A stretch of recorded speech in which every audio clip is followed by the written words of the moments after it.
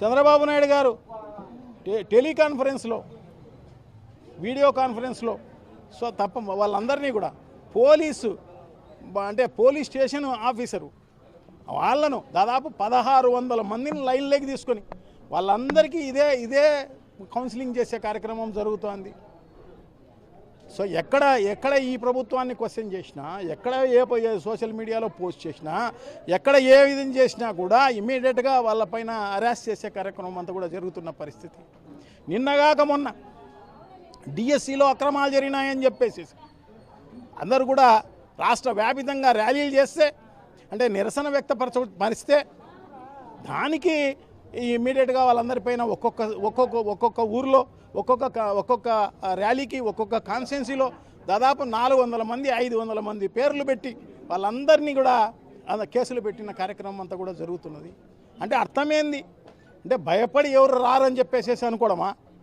కాదు, ఎక్కడైతే అణచివేతకు గురి అవుతారో అక్కడే తిరుగుబాటు మొదలవుతుంది అని చెప్పేసి తెలియజేసుకుంటున్నా. ఎంత అణచివేస్తే అంత ఉవ్వెత్తున లేచే కార్యక్రమం జరుగుతుంది తప్ప ఇంకో రకమైన కార్యక్రమం లేదు. అందుకోసమే బ్రిటిష్ వాళ్ళను కూడా తరిమేయడం జరిగింది. సో వీళ్ళను కూడా అదే కార్యక్రమం చేసే కార్యక్రమం అన్నమాట. సో వీళ్ళట్లా ఈవీఎం మిషన్లను మేనేజ్ చేసేసి వచ్చిన బాపతు. సో తప్పకుండా వీళ్ళకు బుద్ధి చెప్పే రోజు తప్పకుండా వస్తుంది.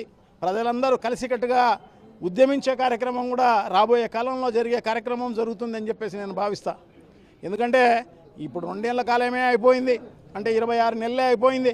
26 నెలల్లో మనం ఎందుకులే అని చెప్పేసి ప్రజలు, ఎందుకంటే ఇంకా ప్రభుత్వం 3 ఏళ్ళు ఉంది, ఒకవేళ ఇస్తారేమో అని చెప్పేసి ఆశిస్తున్నారన్నమాట. ఆశించి వాళ్ళు బయటికి రావడంలే. ఖచ్చితంగా రాబోయే కాలంలో బయటకు వచ్చే రోజు వస్తుంది. డెఫినెట్గా ఈ ప్రభుత్వాన్ని దించే వరకు కూడా పోరాడే కార్యక్రమం జరుగుతుంది అని చెప్పేసి నేనైతే భావిస్తూ, ఇప్పటికైనా బుద్ధి తెచ్చుకొని ఈ పాలకులు బుద్ధి తెచ్చుకొని వాళ్ళు ఏదైతే మేనిఫెస్టోలో చెప్పారో అవన్నీ కూడా ఖచ్చితంగా అందించే కార్యక్రమం చేయాలా, అభివృద్ధి కార్యక్రమాలు చేయాలా.